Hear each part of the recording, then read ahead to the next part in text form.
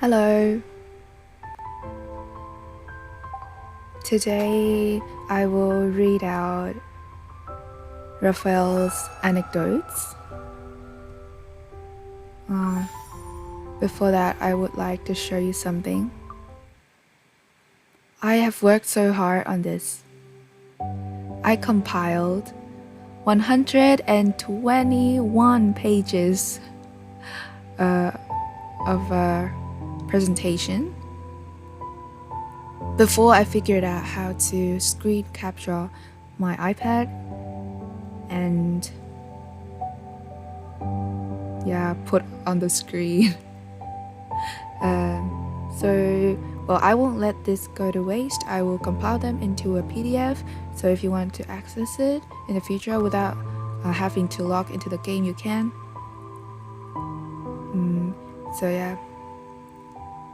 If you want to listen to this story as a podcast, you feel free to put me on the background or while you're doing something else.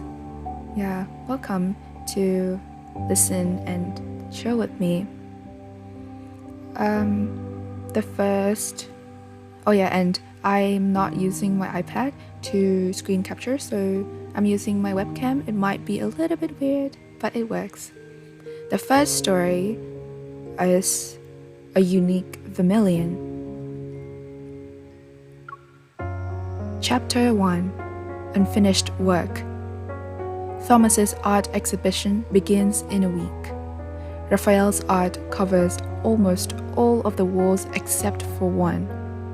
Thomas announced that on the opening day, Rafayel's magnum opus would be there. However, until then, no one can see it, not even his sponsors. Of course, only Thomas knows that Rafayel's magnum opus is still. He finally finds Rafayel in the storage room after running around for a long time. Thomas stops to catch his breath. He wipes the sweat off his forehead with one hand and airs himself with his collar. "You're here. Not going to take a bath today?" Rafayel doesn't spare Thomas a glance. His eyes focused on the building in front of him. It's a fortress made from thousands of identical pieces of fishbone, each tower a different height. I knew you bothered me, so I locked the bathroom door from the inside, but then I forgot to go in. Rafayel weighs the small bone in his hand, thinks for a bit, then places it on the top left corner of the fortress. Thomas furrows his brow. "And the key?" "I don't know." Fishbrain. Thomas mutters. He takes note of what Rafayel is building. "You haven't even finished your painting yet. Why are you making this?" "Maybe it's because I can't paint right now." Feeling anxious, Thomas feels any work of Rafayel's is a masterpiece. He takes a step. "This is pretty good. Why don't we use this as your final piece? People can also see our great painter's installation art." Rafayel glanced at him. "You want me to rebuild this at the exhibition? It's 2,000 pieces. I don't have that much time." Thomas deflates like a balloon. He massages his temples and says, "The sponsors called me again today. They're very worried about the situation regarding the final piece. I know you don't care about these things, but it's not just about you. It's also about my reputation. We can't mess this up." Rafayel picks up a large fishbone, holds it in the air, then puts it back on the table. He focuses on the building, completely ignoring Thomas. Seeing Rafayel ignoring him, Thomas becomes exasperated and says, "You've been painting for a while. Why don't you let me take a look?" Inside the studio, a painting as tall as the wall is covered in wet paint, filling the air with the smell of minerals. Thomas fancies himself as someone who understands art. But if he's being honest with himself, he can't tell what's missing from this piece. It's already good enough. Thomas snaps back from his daze and asks, "Isn't this already perfect?" "It's missing a color." Raphael massages his temples, looking distressed. "Without that, this painting isn't complete." Is one color really important? It's already pretty stunning. Why don't we just display this first and then add the color after? Thomas withdraws himself from the painting, his mind filled with many thoughts. Paintings I haven't finished will never be released to the public. Raphael glances at Thomas's expression. "Don't even think about it. If you move this painting, I'll burn it." Thomas purses his lips. "You're a man of your word. Fine, but there has to be a deadline. How about 2 days or 3?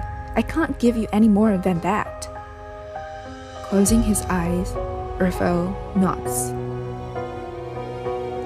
Okay, so this is the end of chapter 1. My thoughts about this is very relatable as an artist. As a fellow artist, I do feel very focused. Oh, shy person, hello! I'm just reading this anecdote of Rafayel from Love and Deepspace game. This story is very relatable because we overthink everything, and it's the only critic, the most strict critic we have is ourselves. Yeah, so Raphael is very strict with himself.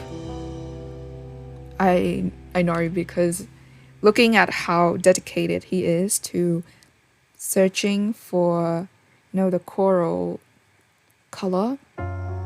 You love this game too? Yeah.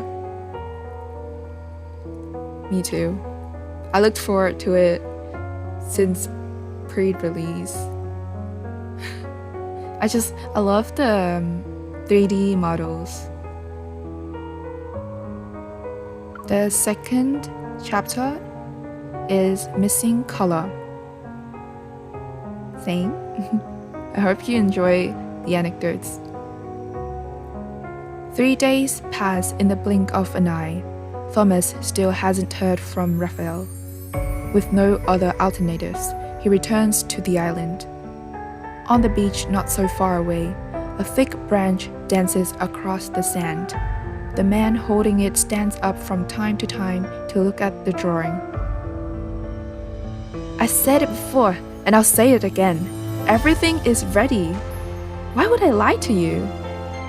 Thomas shifts his phone from left to right, then right to left. His temper. No one can see the painting until the opening of the exhibition. You're all the same. Ending his call with the sponsor's manager, Thomas walks toward the man drawing on the beach.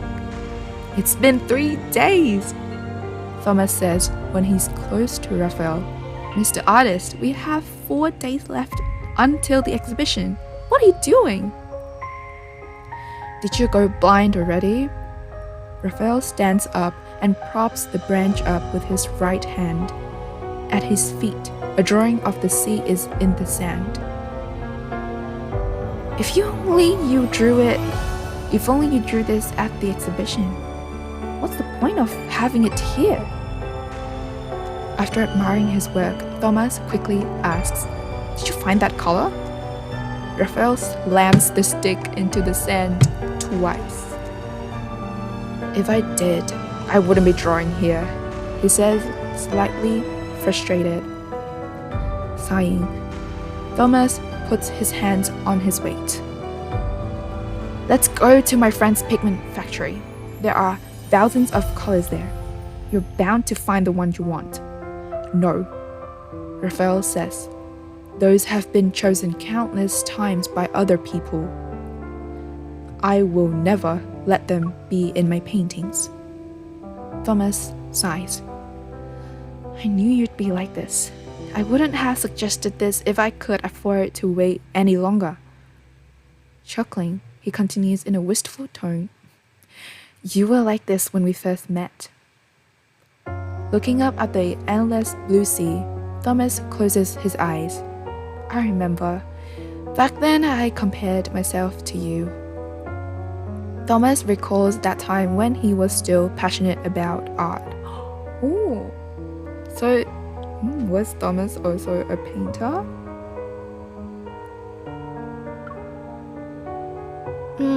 Something about art is that you can easily get passionate about it, but also lose your interest. It's very easy to lose your interest if you're not too dedicated. And even if you are dedicated, you're prone to burn out, right? And very easy to lose that passion you once had, right? Chapter 3. Passionate colors. At a charity event, his painting just so happened to be displayed alongside Raphael's. Thomas had heard of Raphael before. He thought he stood a chance against him. If his painting sold for a price higher than Raphael's, then he would become famous overnight. With that thought, Thomas went to the exhibit early. This time, their works were quite similar in tone. Comparing the two, he noticed Raphael's was more unique, yet he didn't want to admit it. Thomas always thought his work was better than anyone else's. But those who approached the two paintings only admired Raphael's and ignored Thomas's. Thomas reassured himself. These people only cared about Raphael's name. They didn't know anything about the true meaning of art. Near the end of the exhibit, an old man approached the paintings. Thomas recognized this old man as a famous art collector. Finally, someone who knew art. When the old man stopped in front of the two paintings, his eyes looked only at Raphael's piece. Such a passionate color. Only Mr. Raphael could convey emotions like this. Thomas was consumed by jealousy. Mr. Thomas's painting is pretty good too, right? The old man took his glasses off. He glanced at Thomas's painting, waved his hand, and said, The red's off. Thomas's painting wasn't sold for a good price that night. It was the same night he decided to let himself visit Raphael. Such friendly, enemies. I'm glad that now he becomes Raphael's manager, besties. That's adorable. Yeah, when you know how to learn from others, you can grow. I'm glad that he acknowledged that Raphael is just something else. Chapter 4. Carefree Painter. Raphael only let him in when he heard Thomas was also an artist. That was the first time Thomas met him. Thomas wanted to have an artistic discussion with Raphael about colors, but Raphael didn't seem interested. He just sat at his desk, mixing colors in paper cups. Thomas asked if he knew his painting sold at a high price. Without lifting his head, Raphael asked, Which one? The one at the charity event. Oh. At his lukewarm response, Thomas was confused. Do you not want to know how much you sold it for? As long as it benefits the charity, I don't care how much money it makes. Raphael said, then mumbled about the paint lacking something. He picked up his brush and looked for some color on his palette. Recalling the old man's critique, Thomas asked, "What brand of paint do you use?" As if he had never heard of that word before, Raphael finally looked up at Thomas. "Brand?" Worried that Raphael wouldn't tell him, Thomas decided to lay out his choice of paints first. Madeline, Bailey, Curiel, those are the brands I use. I'll trade some with you. Raphael stirred the contents of the paper cup with a small brush. It took him a while to say, "Thanks, but I can make it myself." Thomas took a deep breath. Is this the attitude of a famous artist? "How did you make the red in your painting then?" he asked. Raphael made a line on a piece of paper with the paint from the paper cup. Satisfied, he looked up at Thomas again. "Are you here because you want to learn from me?" Hearing this, Thomas felt a little irritated, but he knew that to learn the truth, he had to let go of his pride. "If you tell me, I'll make you even more famous." Raphael took the paint he mixed to his canvas. "I don't paint for fame." Thomas returned to the present, opening his eyes to gaze at how the waves lapped the sand. He feels sentimental. "After that, I studied business to become your manager. To be honest with you, I was stunned the first time I saw your work. I couldn't believe that someone as talented as you existed. So I believe in your talent. You wouldn't be stopped by artist's block. You'd..."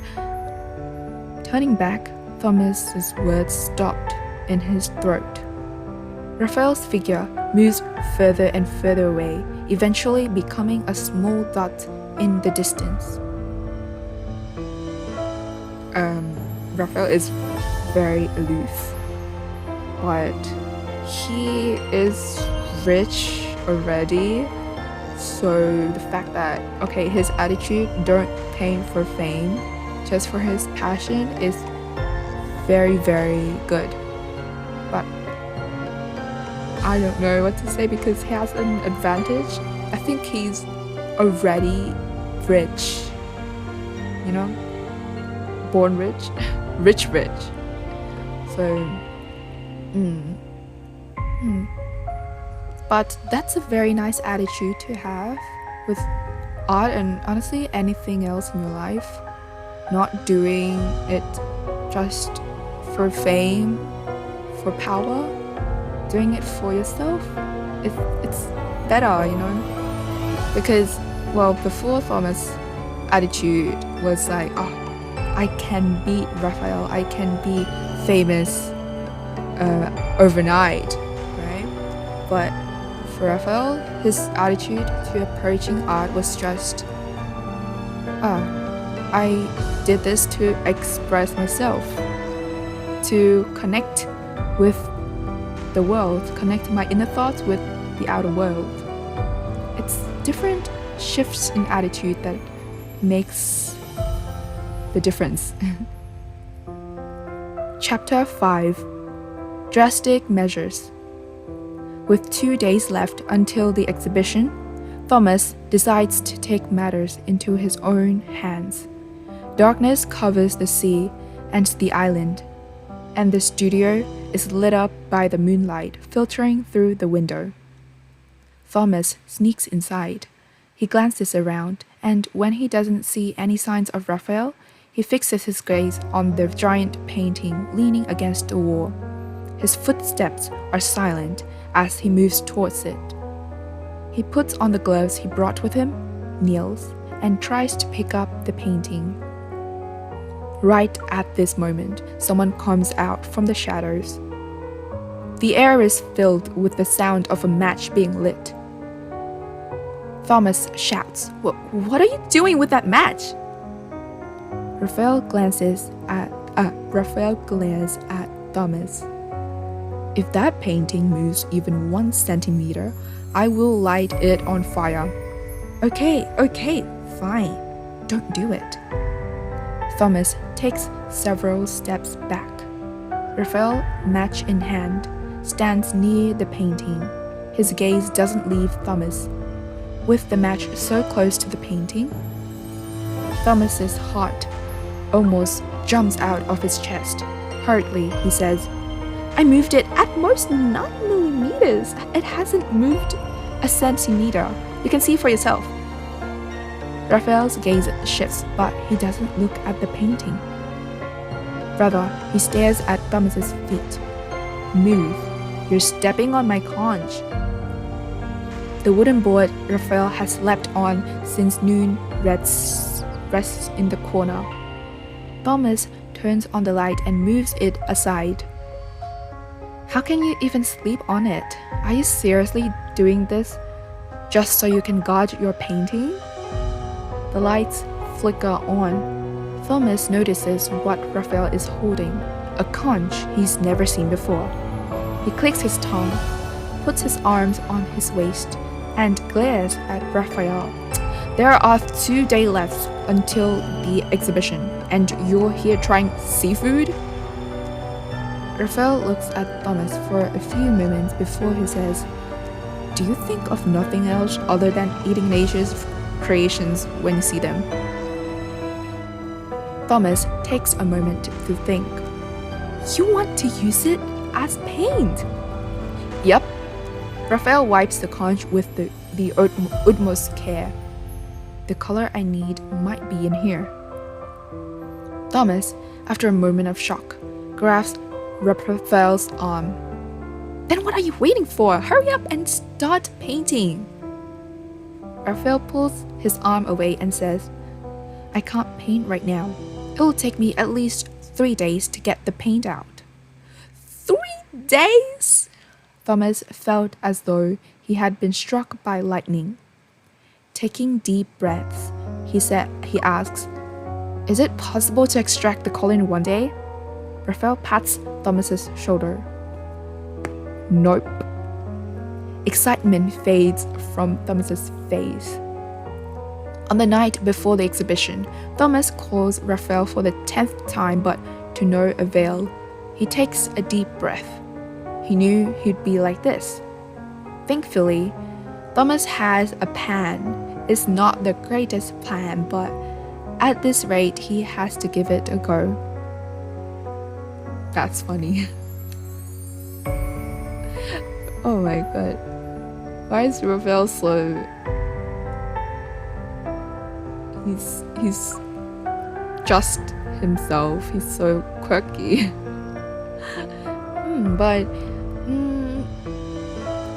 Because Raphael includes nature in his paintings, it will has texture. It will be very unique. And chapter 6, a unique legend. Yeah, it will be very unique, and over time it might change color because he uses organic, natural materials for his painting. Chapter 6, a unique legend. It's been 3 days since the end of the exhibition. A mountain of conches sits in the corner of the studio, leading up to an assortment of paints. Pieces of conch shells are scattered across the floor. Raphael stands in front of the painting with a brush. In his left hand, a roughly thumb-sized blotch of color stands out among his colorful palette. Thomas drifts into Raphael's studio with a smile. He sits at the coffee table and pours himself a cup of coffee.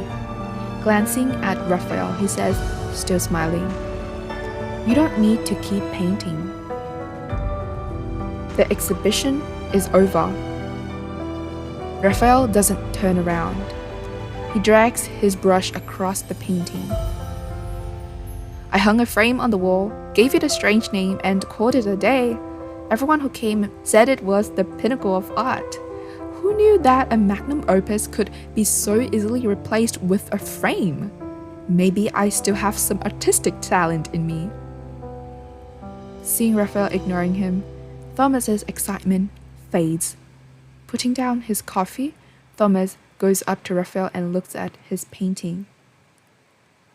There are a few more touches of reddish purple in Raphael's painting. It's the same bright color that's on his palette. Thomas furrows his brow. Is this the color you've been looking for? Yes, Raphael replies.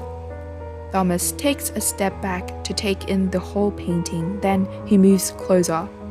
I can't tell the difference between this and the claret violet from the factories. Raphael looks at him, speechless. Thomas glances at the conch shells nearby and asks, Did you extract the color from those? Yeah, it's called Tyrian purple. It took 10,000 conches to get 1 gram. It's a completely different color from claret violet. You can't tell the difference, Mr. Manager? Thomas scratches his head. Tyrian purple. Right, I know. Decades of art history have long since faded from Thomas's mind, but he vaguely remembers that Tyrian purple is a shade more precious than gold, used only by ancient royal families. But this color isn't rare anymore. Thomas says, after all, technology is so advanced now. It is rare though. Raphael dabs his paintbrush and paints another stroke onto the painting. Do you remember the vermilion you were looking for so many years ago? Thomas doesn't turn around. It's been so many years, I gave up looking for it.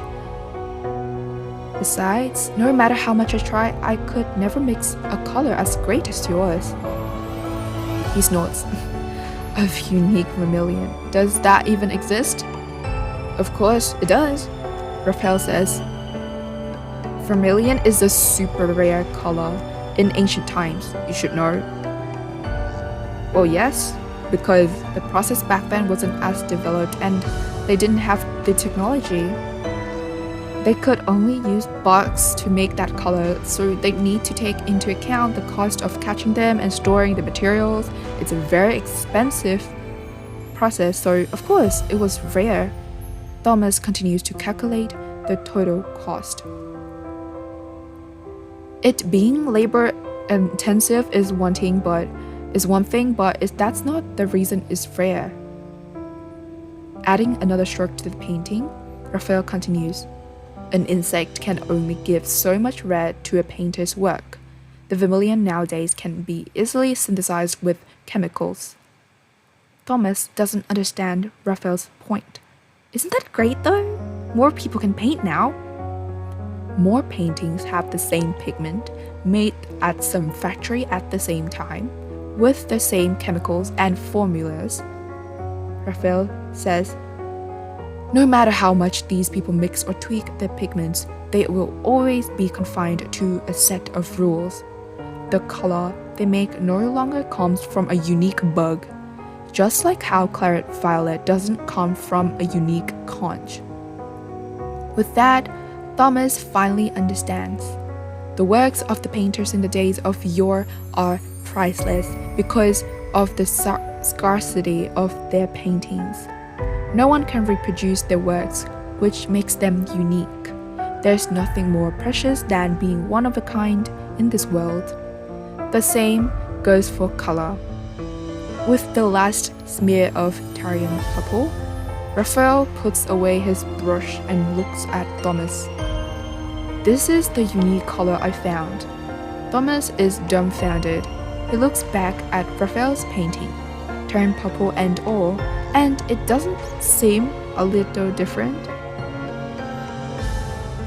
It does seem a little different. Thomas can't tell what exactly has changed, but he knows this will be one of the most precious paintings in the world. A few months later, Raphael's painting is displayed in a grand exhibition. A young and aspiring artist stands in front of the artwork and sneers. They say the most fantastical part of this piece is the reddish purple, but I don't see the difference between this and the one I mix with normal paints. After sending a businessman away with a smile, Thomas frowns. He walks up to the painter, straightens his posture, and says, "Let me tell you, sir, this painting before you with that reddish purple is painted by the one and only Mr. Rafayel.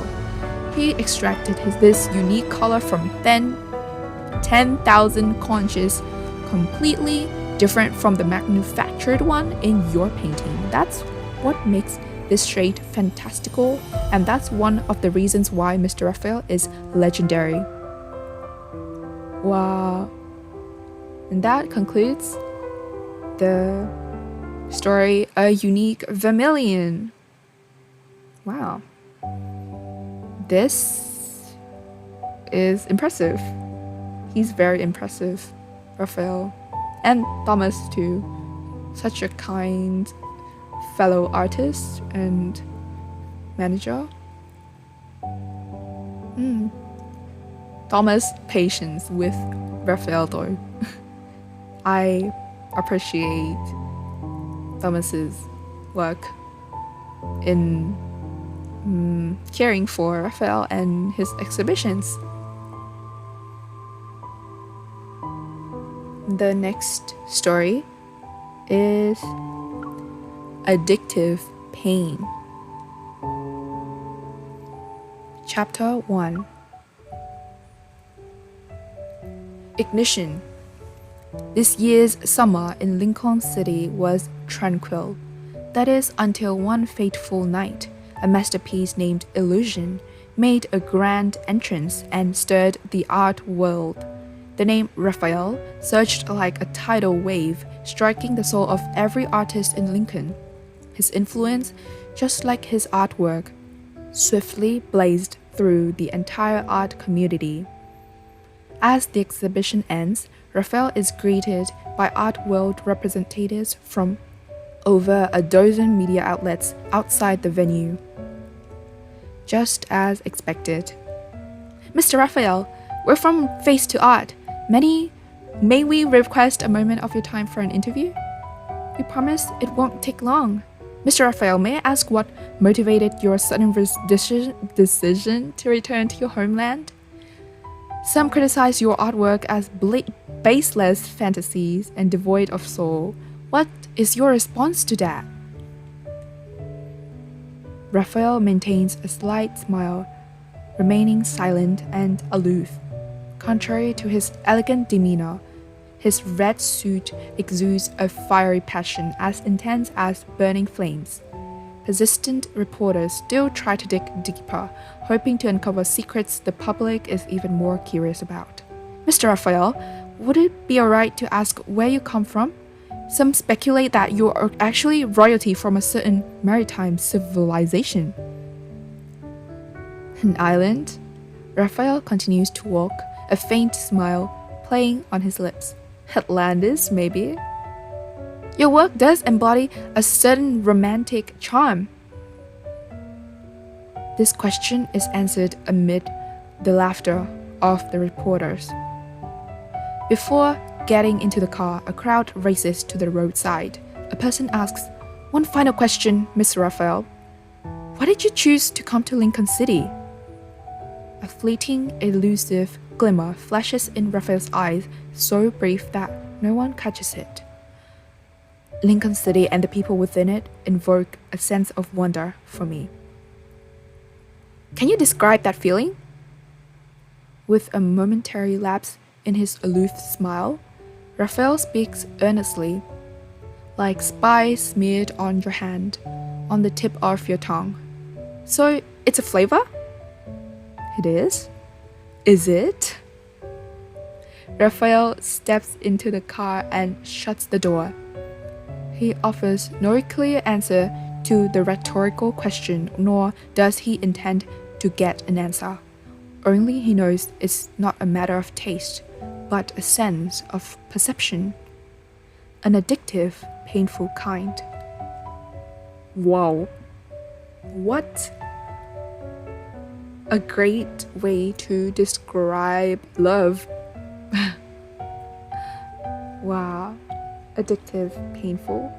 like spice smeared on your hand on the tip of your tongue. Very poetic. This is like, that was a flashback of when Rafayel came to Lincoln City. Chapter 2.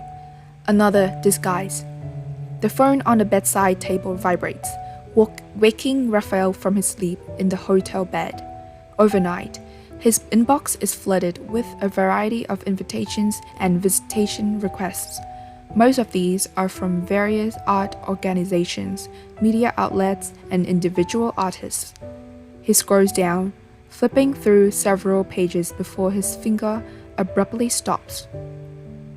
Shining a spotlight on Lincoln City's universities, interviews with students, representatives from 34 different majors. The out-of-place headline instantly captures his attention. University. She should still be a college student. Someone forwarded this email to him. Rafayel taps on it and examines each photo. Before he finishes, he pauses. In the photograph, the student representatives of the university are all smiles, radiating joy and optimism. Behind them is a building with a glass spire, on which hangs a sign bearing the name of the university. At the same time, he receives a new message from the sender of this email. University of Lincoln. That's where the person you're looking for is. There's a knock on the door. Rafayel silences his phone and rises from the bed. Here's your mail, sir. Please take it. The hotel's robot says, standing at the door.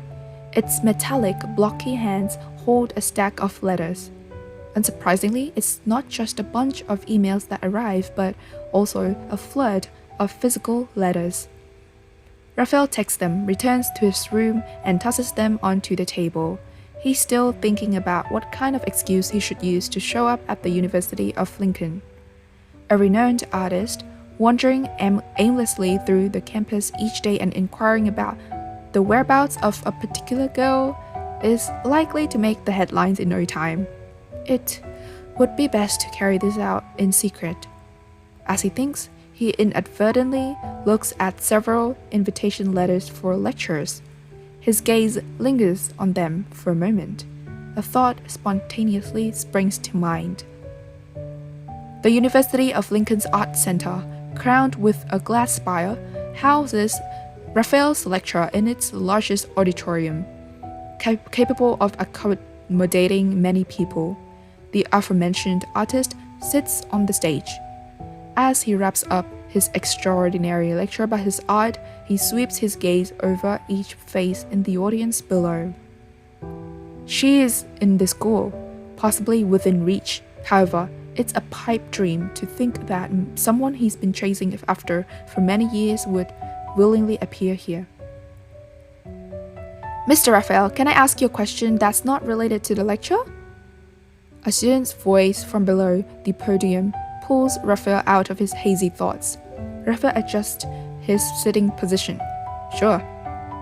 I heard you're not particularly fond of discussing your artistic philosophy in public, even turning down invitations from professional art institutions.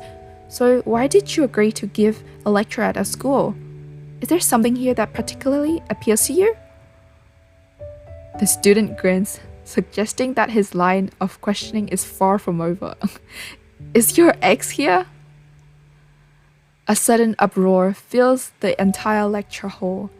After a while, as the two students slowly quiet down, Rafayel responds, Maybe. Just as the cacophony is about to subside, noise surges again like a wave rising from the ocean. Rafayel pretends to share in the joy. His eyes, filled with laughter, slowly shift to outside the window. After the lecture ends, Rafayel leaves the auditorium. The dean of the College of Fine Arts invites him to his office for tea and, incidentally, brings up the matter of signing on as a visiting professor. The campus is lush with greenery. With students moving back and forth, Rafayel feels a little better as he walks down the streets. However, the tranquility doesn't last long. Thank you, but I'd like to take a stroll on my own and soak in the atmosphere of the campus. Hold on, there's one more thing. So, a little small spoiler that I have read. Rafayel has been looking for MC for a long time. Same as the other three guys. They kind of like reincarnate and retain the memory of the last life, and each life they search for MC for their own purpose. Except for Xavier. I think Xavier doesn't reincarnate, he's just young like that. Yeah. Because of reasons.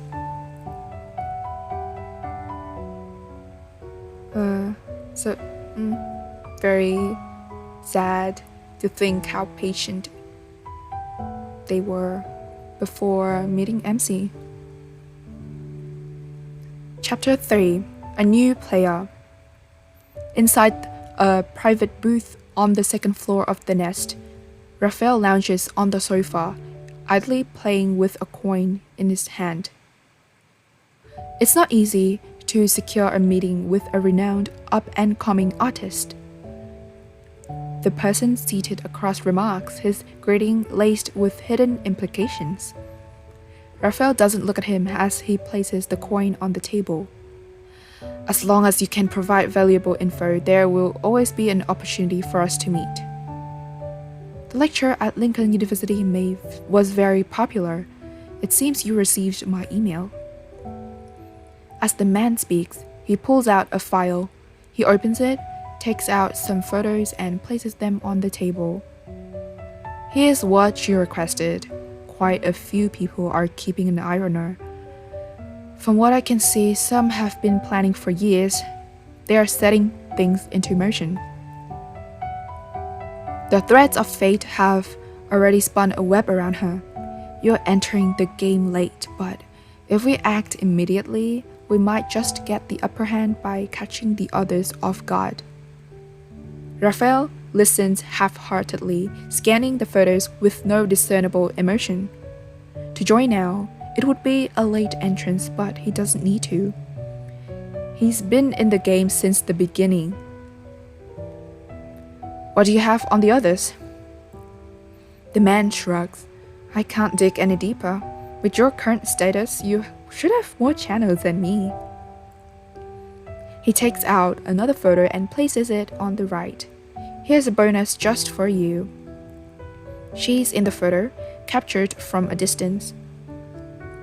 Rafayel's expression becomes a little colder. I believe I told you not to approach her. She didn't notice.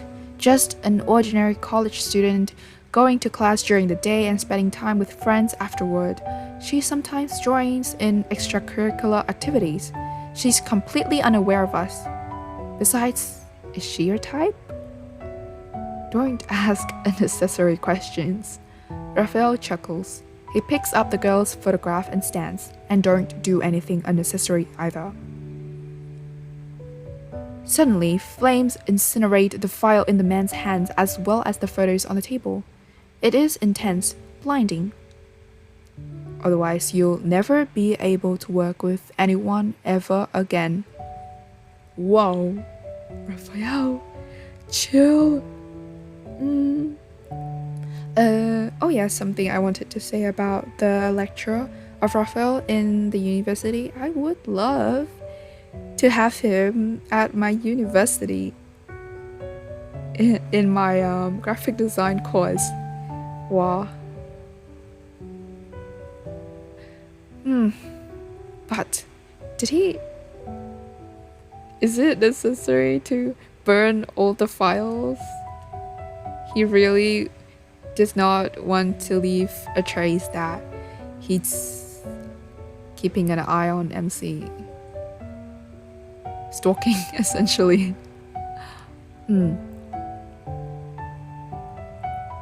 Chapter 4. Bait. Lincoln University's campus is accessible to everyone. Rafayel strolls under the shade of the tree-lined path, surrounded by hundreds of people. Ever since he gave that lecture, he has grown to love the campus ambience. Green leaves and red bricks, the area resonates with simple, crisp laughter and shouts. Even the air is saturated with the floral scent of late summer, invigorating and refreshing. What a free, shallow sea. Under the sun, the water is so clear that one can see the bottom. Everyone is but a school of fish in this vast ocean, including himself. But she is only bait, disguised as a tiny red fish. Red herring? So it's like a red herring. It's possible that at this very moment, she's in the crowd. She may be still in some classroom he has yet to pass by. It's possible that in an unguarded moment, unnoticed by him, she has already brushed past him. No matter where she is, her aura has already attracted too many predators that don't belong in these waters. Rafayel knows if he takes the bait and appears by her side without meticulous planning, he will undoubtedly become prey. And there might be someone lurking in the shadows, using her as bait to capture him. Rafayel knows that, since he's already reached this point, there's no need to rush. He must ensure his absolute safety before doing anything rash. Moreover, he is willing to spend the rest of his days with her. He wants to settle the score with her, bit by bit, slowly and steadily. At this thought, a deep-seated pain stings his heart, gradually seeping down, permeating his entire being. This process is undeniably painful, yet it's addictive. A leaf flutters, landing on Rafayel's shoulder. He stops, brushing off the leaf, and his gaze falls upon the scoreboard standing nearby. By a strange twist of fate, the photograph of a familiar face is right there. Rafayel recognizes her at first glance so many years later. This photograph is clearer than any he had seen before. He can recognize her features, which have changed a little from what he remembers. She's no longer as young as before, yet her eyes still twinkle with the same mirth as they always had. A voice echoes from deep in his heart. Long time no see. Aren't you that famous painter, Raf? The students nearby notice him and burst into excitement. Rafayel turns around and shushes them. The other person is overjoyed. Rafayel points to the pictures on the board and asks, "Do you know where the students of this major usually have their classes?" No one can resist helping a well-mannered, renowned person. There's no fixed classroom for lectures, but most students take their elective courses on the 5th floor. He points to the facility behind him. At that building over there. Rafayel looks at the building for a moment, then his eyes shift to the floors. 1, 2, 3, 4. He's counting. He counts out 50 steps. In 50 steps, he'll be that much closer to her. Thank you. Also, please don't mention this to anyone else. No problem, but does your... Sure, Rafayel says and turns away from the bulletin board, but it loses its charm if you say it out loud. The more information he learns, the less hurried he feels. For every step they take, it will only take a few to reunite. Besides, he has taken the bait she used once before. This makes me curious. What's the bait she used once before? And he's so extra for counting the steps to the stairs that how many steps he will meet her. That's so romantic. And the no problem, but does your ex study here? Yeah. So did he see her or not? Maybe he just walk there and have a glance at the classrooms. Because in chapter 5 it looks like it's a fast forward. Chapter 5, Unexpected Encounter. A week later, the dean's office. Fantastic. You'll be our visiting professor for a year, Mr. Rafayel. The dean of the College of Fine Arts, satisfied, puts away the 2-page contract Rafayel signed in a file. I hope we will have a wonderful time working together. Rafayel decided to be a visiting professor. Sometimes there's a unique pleasure in observing a small fish swimming alone in a vast, unknown whirlpool. So, Mr. Rafayel, do you have any thoughts on the topic for the first lecture? He gives it some thought for a while. Grinning, he says, let's start with the history of art. As he speaks, Rafayel turns his gaze toward the window. Let me tell you a story, a chapter of art history that never made it into textbooks. Soon, posters for the lecture series, Lost Sea, Lemuria's Art and Civilization by Rafayel, fill every corner of the campus. Inside the campus cafe, Rafayel is seated by the window. He's leafing through a slim book of colors. An almost empty cup of coffee is in front of him. The ancient civilization of Lemuria, a subject long forgotten, has suddenly become a popular topic on the campus with the help of Rafayel. There's an empty table over there. Over here. By the way, what was the name of the cake we ordered last time? It was absolutely delicious. Just as it was time for the mid-morning break, a group of girls arrived and settled down in the seats behind him. I think it's sea salt cheese. A familiar voice gently tickles Rafayel's ears. Sea salt cheese, like on summer day by the seaside. That shell-shaped design. Outside the window, a leaf falls.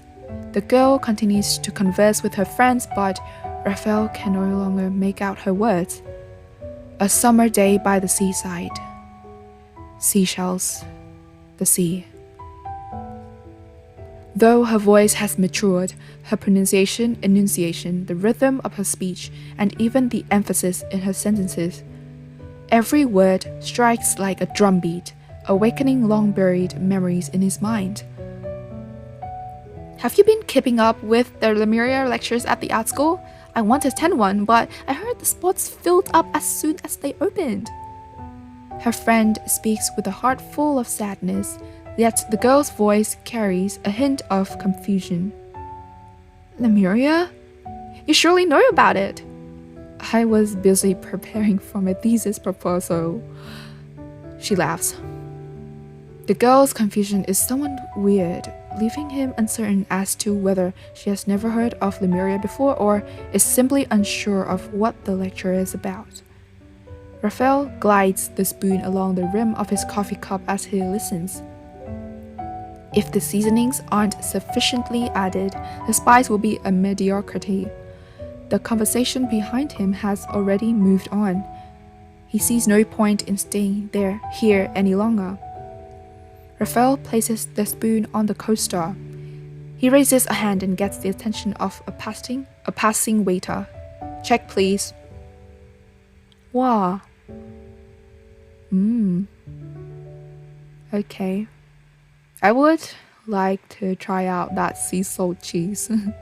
And also, and I was reading A Summer Day by the Seaside, Seashells, the Sea. I was thinking of that tongue twister, like a girl sells seashells by the seashore. I was worried that I might mess that one up, but no, I did not. Chapter 6. A perfect opportunity. Morning. In the studio of the Arts Center. The students move their easels to the sides of the classroom, their eyes focused on the canvas Rafayel has set up in the center. Mr. Rafayel, since Lemuria lecture series ended, what's the next series going to be about? I bet it's paint. Look at that glass jar. This is a rare type of art class. Rafayel sits beside the canvas. He doesn't have a paintbrush or a palette. Instead, he dips his hand into a vat of vibrant red paint. The students can smell a faint spiciness in the air. What are the plant ingredients in this paint? Chili peppers? He can turn that into paint, huh? As expected of Mr. Rafayel. We can use hot sauce to paint from now on. All you know is how to eat, as expected of a student. Amidst the commotion, Rafayel remains fully engrossed in his paints. Various chili peppers can give different colors. Using plant pigments for painting is nothing special. He pinches out a bit of red, rubs it between his fingers, and sniffs. The colors have already spread out in his hand, yet the scent remains too faint. It hasn't reached the level he desires. Spiciness is a sensation, not only perceivable by the mouth but also by the skin. It's similar to painting. Rafayel applies a stroke of red onto the canvas. Color is also a sensation. If we only rely on our eyes to judge, it becomes superficial. Colors not only shift with the changing light of different times, but they also appear entirely different in the eyes of various creatures. That's why creating art and who's appreciating art are of great importance. The students exchange glances. It's a simple principle, yet coming from Rafayel, it feels like it means something else. Rafayel, Mr. Rafayel, in your eyes, is this not red? Do you only see the color red? Rafayel smiles but doesn't continue the conversation. The students, understanding his unspoken cue, tactfully steer the topic in a new direction. Mr. Rafayel, how long do you plan to stay in Lincoln City? Can we still contact you after you finish your work here? Yeah, when will you have another exhibition? On the canvas, varying shades of red are gradually layered. The paint from the spice seeps through his fingertips, beginning to stimulate an excited nerve. Perhaps he will remain in Lincoln City for a long time. After all, he has yet to formally invite an art appreciator, and his paint is still not properly mixed. The perfect moment will happen in the distant future. Oh. Okay, so is this even before the story with Thomas's POV? Oh yeah, it is before, of course, because this is telling about the time that Rafayel just came to Lincoln City. So is this the art appreciator, Thomas, right? Because maybe, or it's the MC, but I think my interpretation of the art appreciator is Thomas, because his paint is still not properly mixed. And Thomas meeting Rafayel is about mixing paint. So that concludes the story Addictive Pain. The last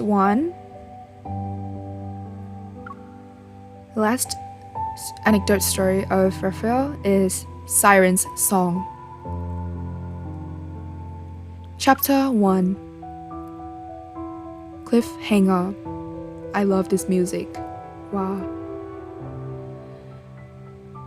Chapter 1. Cliffhanger. Maverick finally arrives at the beach. The siren who deceived him sits on the rocks. She turns around, smiling amidst the fragmented waves.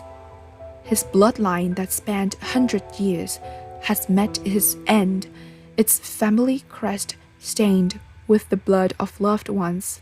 The siren is responsible. He cherished her, yet she dug out their hearts with her own hands. He wades through the shallow water and climbs onto the rocks. His hands are marred with scars. These bloody hands had once cradled the girl's face, gently caressing her exquisitely sculpted features. But her love is a web meticulously woven with lies. The seawater wets Maverick's clothes as he slowly opens his mouth, singing a melodious love song to his former lover. It is the song she once taught him, a siren's ballad. His voice fluctuates from deep below the waves to soaring high above the skies, from sunset to moonrise, from high tide to low tide. He sings with such passion that even the siren is captivated by his enchanting voice. Step by step, he approaches her, caressing the bloodstains on her face that have yet to be washed away. He embraces her, whispering tenderly in her ear as he reveals the hidden dagger concealed in his sleeve. He plunges it into her heart when the song reaches its climax. Crimson curtains descend like a cascade of blood, the lingering echoes of the ballad resonating within the vast opera house. On stage, the man portraying Maverick gracefully bows, his dim eyes hidden behind a mask. Only then does the audience awaken from the enchanting melody, erupting into thunderous applause. He will surely be the rising star of the opera world, a prodigy. I've already come up with the headline. Let's call it Resurgence of the Siren's Voice, Royal Opera House 10th Anniversary Performance. Just as everyone showers him with endless praise, a piercing scream seemed to shatter the glass dome of the building, like claws tearing through a magnificent robe. Mr. Aphelyen he's dead. Behind the curtain, Rafayel leans against the backstage door, shutting out the cacophony. He closes his eyes and takes a few deep breaths. Finally, he can be himself. A searing pain throbs in his throat, pulsating in tandem with his heartbeat, rapidly stimulating his nerves. As he touches his Adam's apple, he pulls out a new tie from his leather briefcase, the smooth satin entwined between his fingers. The cool texture gradually envelops his neck. It's like sheathing a blade. The stage is adorned with a velvet carpet symbolizing the sea. His leather shoes step upon it, absorbing all the background noise. The performance is far from over. Attention, please! Non-essential personnel, please evacuate immediately. As the renowned private detective from a prominent family-owned local business, Louis also received an invitation to tonight's performance and is now pushing against the frantic crowd. He manages to calm himself and sneaks through the stage entrance. He hides beside the stage lights behind the curtain, observing the situation. In the center of the VIP box, the deceased is now surrounded by barricade tape, still maintaining the seated position from when he watched the show. With his smile, he looks like the sculpture of a murder victim. Louis senses something breathes by him. Someone is walking on the stage behind the curtain. He pulls back the curtain, but he only catches a glimpse of a person lowering the brim of their hat, disappearing through the exit. Wow. What? That's crazy. Wow. So, did Raphael murder that guy, or was that guy Raphael and then he pretends to be dead? Huh? What? Oh no, I think. Oh. What the heck? Okay, I will continue reading. Chapter 2. Stage Manager. In the heart of Verona, Raphael pushes open the cafe door. Before the tinkling of the wind chimes fades, he heads straight to an empty table and takes a seat. A few high school girls dressed in uniforms sit by the window. You can always get the hottest gossip from girls around that age. Have you heard about what happened when they performed Siren's voice? A person enchanted by the Siren's ballad will ultimately die with a smile. Mr. Fallon had no external injuries or signs of poisoning. The police haven't found any clues. Maybe that opera singer really is the god of the sea. He took his revenge. I heard his name is more. Raphael swipes through the news on his phone. It overflows with reports about the performance and Mr. Fallon's unexpected death. As if not finding the news he wanted to see, he returned to the home screen. Raphael sips his Americano. By the time the cup is half empty, he hears high heels clack against the floor, accompanied by the wind chimes. He doesn't look up. You're late, again. Talia takes off her scarf and sits across from him. Be nice to your aunt. I rushed over as soon as the performance ended. Do I have to buy you a drink? Talia nods, as though it's a given. One velvet latte, thanks. Seeing Raphael remain unmoving, she taps the newspaper on the table a few times. I'm not a cheap voice teacher, you know. Raphael turns around and orders the latte. He's about to hand it to Talia when his hand pauses. The stuff, did you bring it? It's in my bag. She tries to take the drink, but Raphael pulls it back. With no other choice, Talia takes out a stack of documents from her bag and pushes them to the center of the table. Only then does Raphael put down the latte. He starts flipping through the pages. Well, aren't you grumpy? Talia drinks the latte and watches Raphael attentively read the documents. And after hesitating for a moment, wanting to fill the silence, she says, I watched your performance that day too. Raphael still doesn't look up. Yeah. Have you gotten used to Verona yet? It doesn't matter. I'm just here for now. His expression remains unfazed, but Talia notices him jotting down names with an intensity that makes his pen nearly pierce the paper. She wants to say more, yet struggles to find the right words.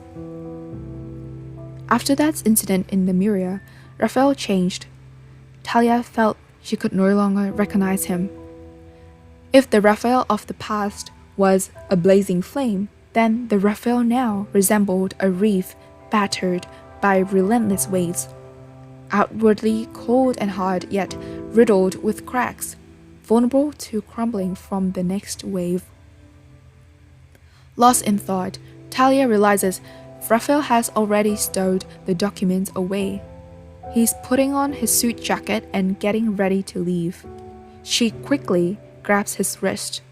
Raphael turns around. You got other leads? No, Talia says, shaking her head. There's an international art exhibition in Verona next week. Raphael is silent. She continues, I remember you used to like painting. I thought you might be interested.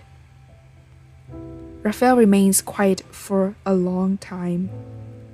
Uncomfortable, Talia feels a stifling anxiety. I know you'll handle everything. I just hope you...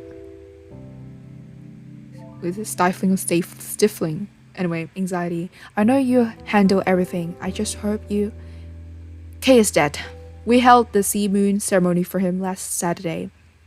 Raphael gazes at the window, looking at something something in the distance. Talia springs to her feet. What? Not every Lemurian survivor can wait. He turns his face away, his eyes glimmering. Perhaps he's shedding tears, but Talia isn't sure. It would be the only info he exchanged for the day, and now it's Talia's turn to fall silent. What exactly is right? She doesn't know anymore. They only have each other as family now, yet at this moment, all she can do is watch through the window as Rafayel leaves, alone. So he had to carry out the murder. I remember I read that he had to revenge humanity for the Lemurian people, but he's torn because of MC, so Rafayel is stuck. Yeah.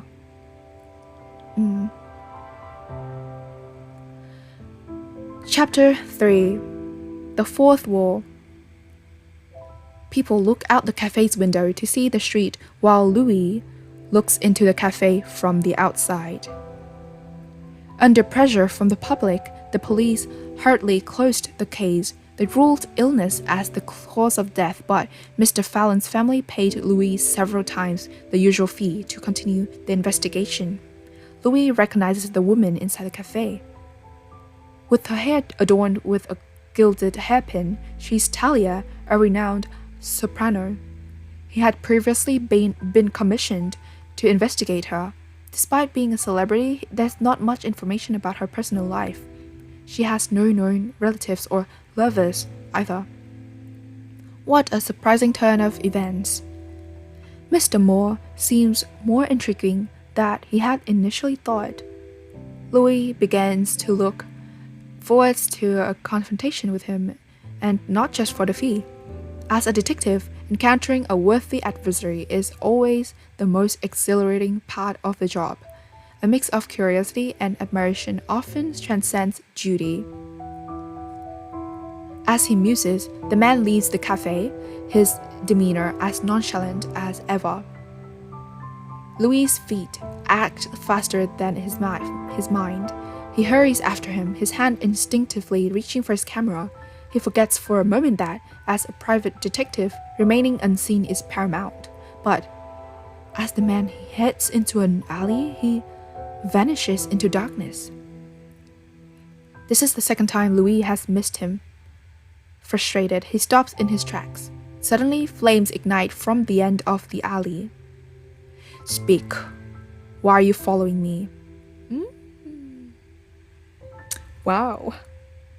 Rafayel is so cool. The fourth wall. What is the fourth wall?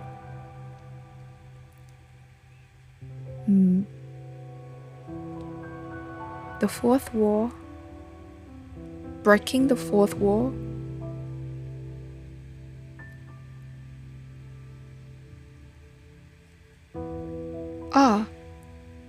It's the chapters' names are all talking about theater and stuff.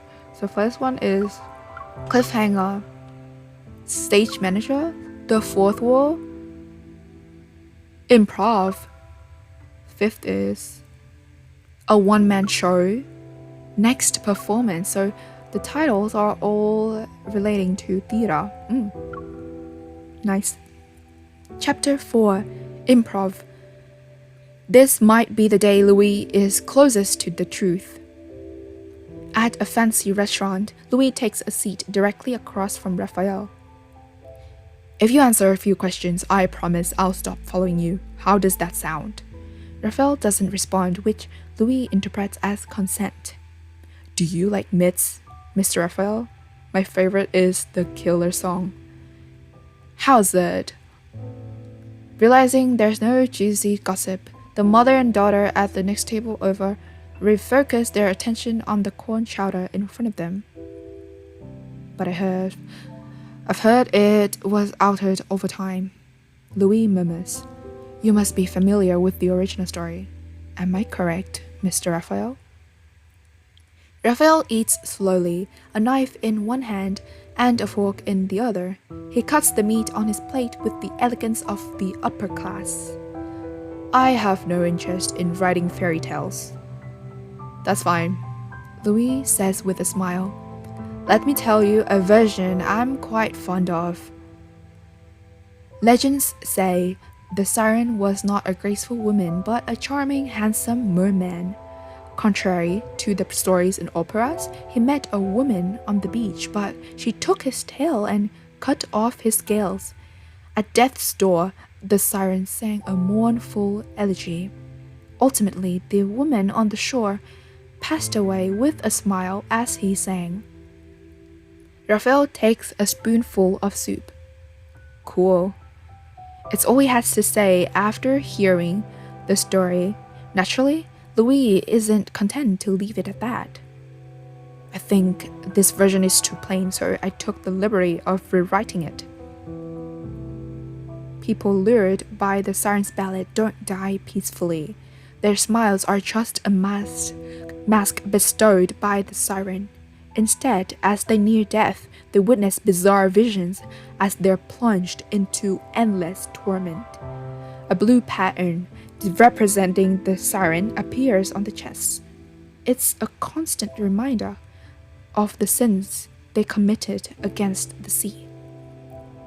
What do you think? Very creative.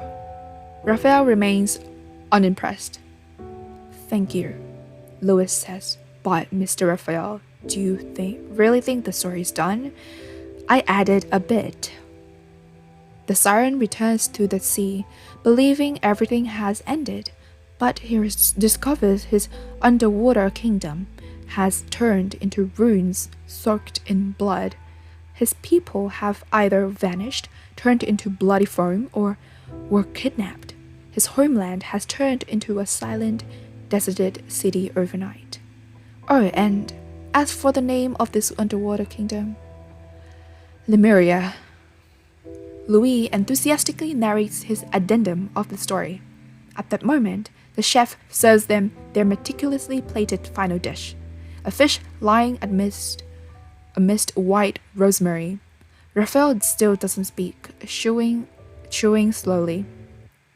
He stops for a long while seemingly savoring the flavor. What is it, Mr. Raphael? There's bone. Louis pulls out an old document and pushes it toward Raphael. It reads, in 2034, an underwater city was unearthed in the ocean southeast of Lincoln City.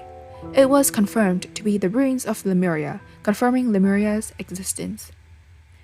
My story isn't just pure imagination. Any thoughts, Mr. Raphael? Maybe you shouldn't be a private detective. Raphael pushes the document back. His aloof facade seems impenetrable, but Louis, still determined, tries one last time. There is a part I still haven't figured out, which is, when the siren returns to the beach, how does he exact his revenge on those responsible for Lemuria's destruction?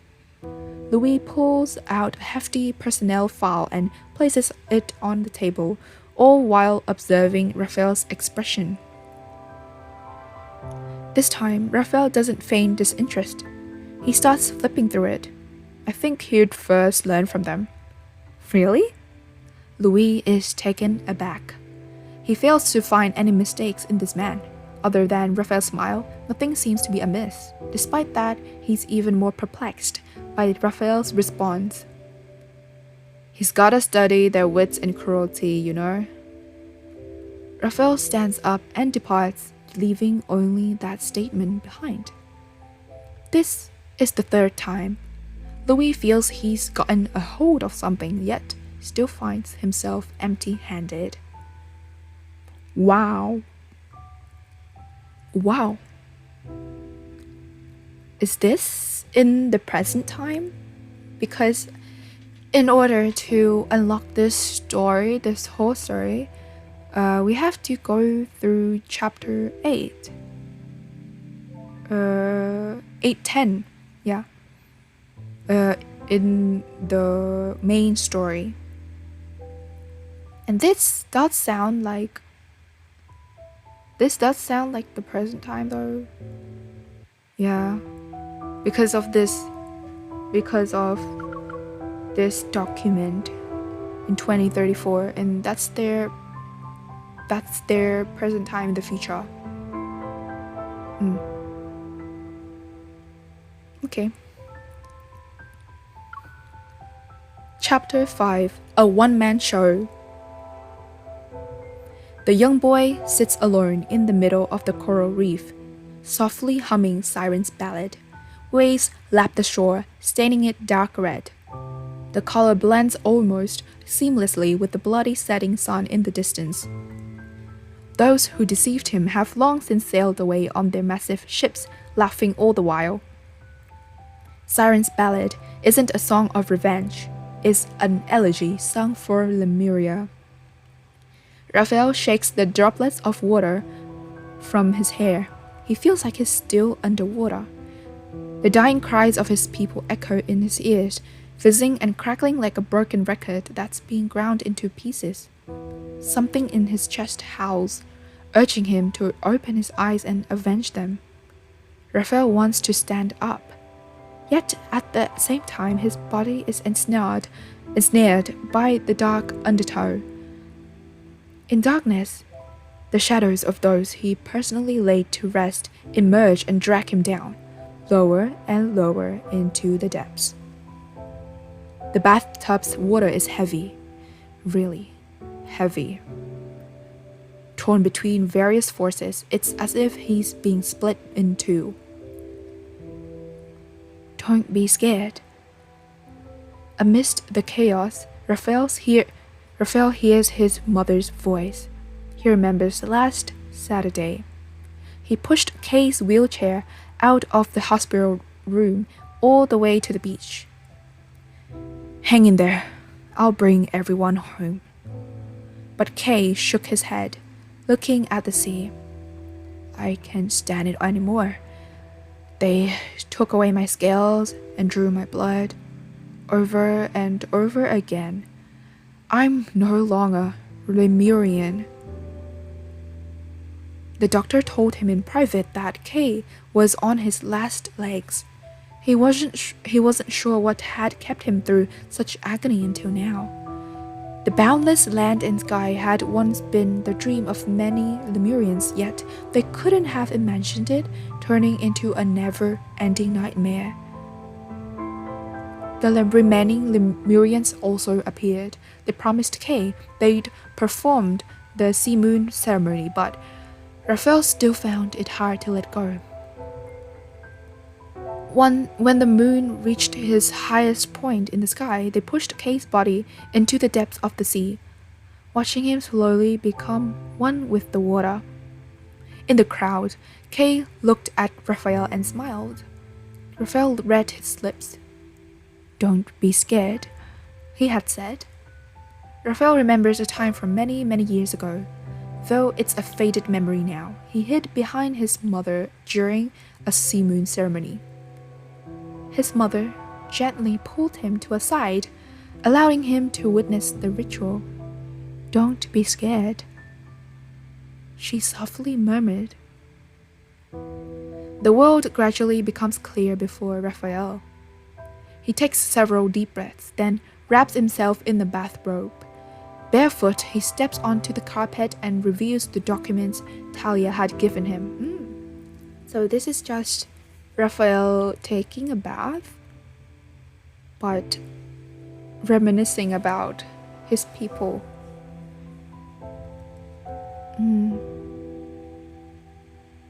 So this sea moon ceremony must be a funeral ceremony for the Lemurians. It looks like they turn into phones and blend with the sea.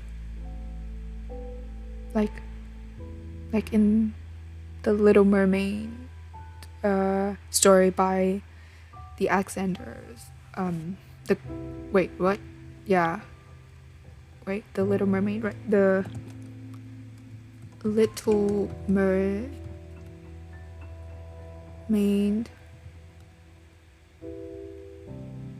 Alexandra.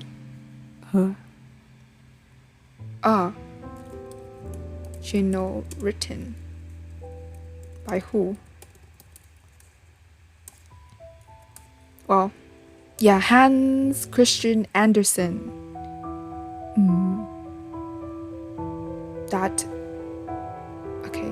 That's very sad. Chapter 6. Next performance.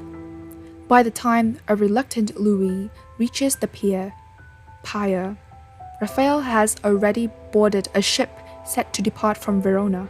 It's perfect weather for sailing, clear, bright. The port radio station continues its 24-hour broadcast of citizens calling in. This is the 176th call about the special anniversary performance.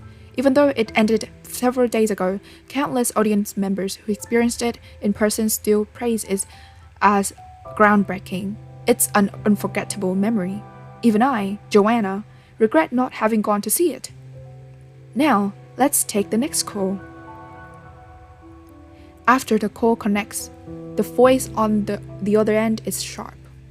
Oh, that opera singer Mo, he's a real siren. His singing can seduce. His singing can seduce and kill. I'll follow him forever. The call abruptly cuts off. It sounds like an obsessed fan has lost their mind and is now descending into madness. The ship sails for many days on the vast blue ocean. Finally, a silvery white horizon appears.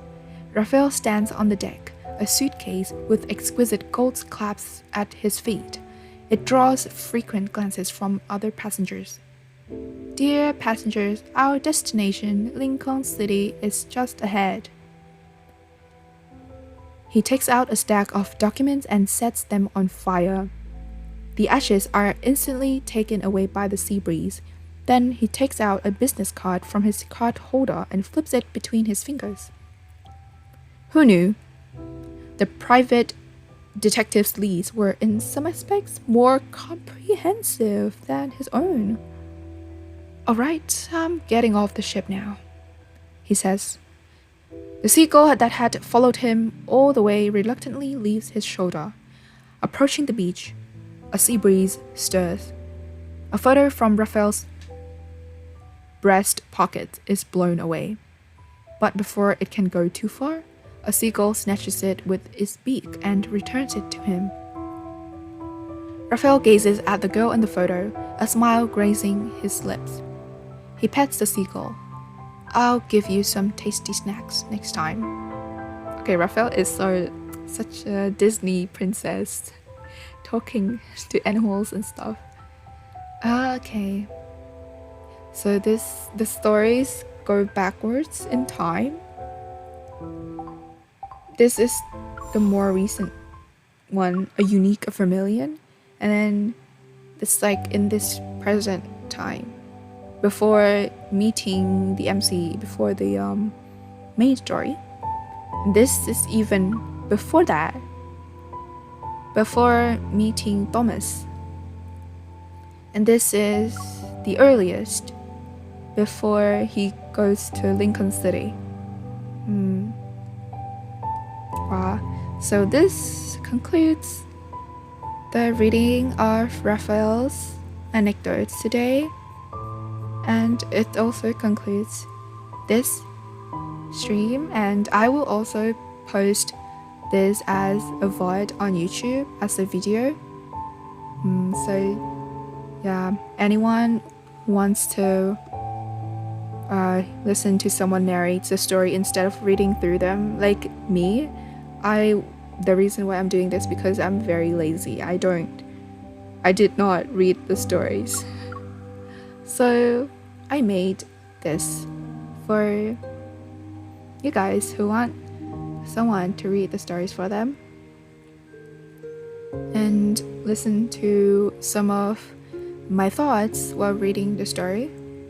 I hope you guys enjoyed this. And thank you. Good luck. Rest well. See you later.